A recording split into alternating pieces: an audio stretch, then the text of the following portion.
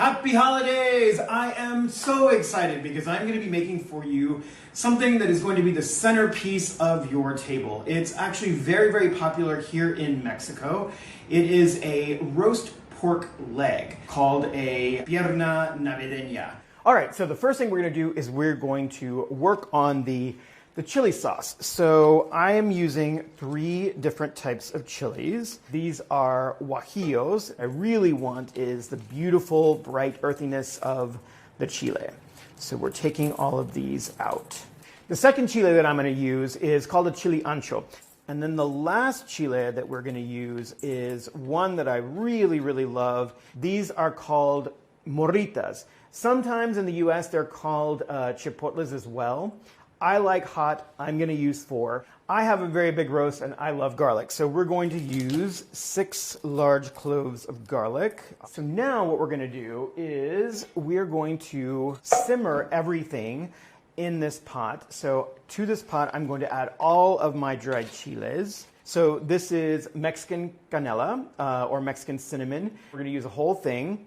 I've got 3 cloves, allspice, peppercorn, Mexican oregano, and then some dried thyme. All of this goes into our pot, and we're just going to put this back on the stove, bring it to a boil, cover, and let sit off the flame for about 30 minutes. While the chilies are cooking, I am going to zest some beautiful citrus. This looks like a good amount of zest.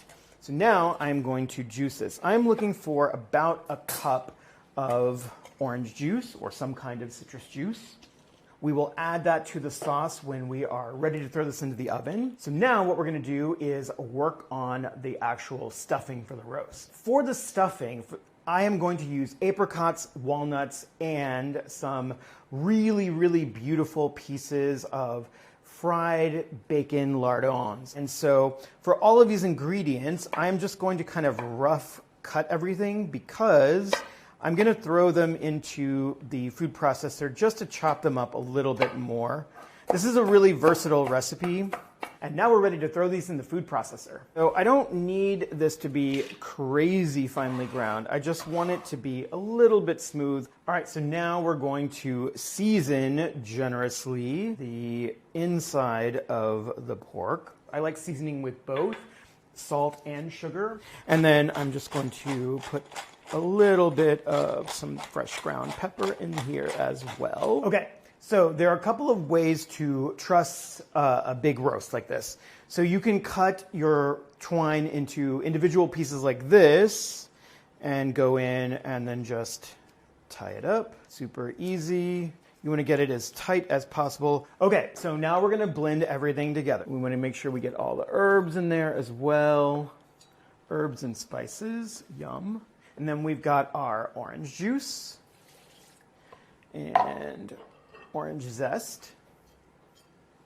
And we're going to add a little bit of salt. And I've got some agave syrup, which I like because it obviously has a little bit more of the flavors of Mexico. I'm going to start the lowest speed possible in my blender and then eventually work my way up. I'm looking for completely smooth. So I've got here a really nice, very large Dutch oven. I'm going to add a little bit of my sauce just where the roast is going to be sitting. And then just kind of put it in the center. And now we're just going to pour the rest of this sauce over the top. This roast is ready for the oven. I'm going to give it a cover and put it in a 350-degree oven for about 2 to 3 hours until it's cooked through and the internal temperature registers 145 degrees.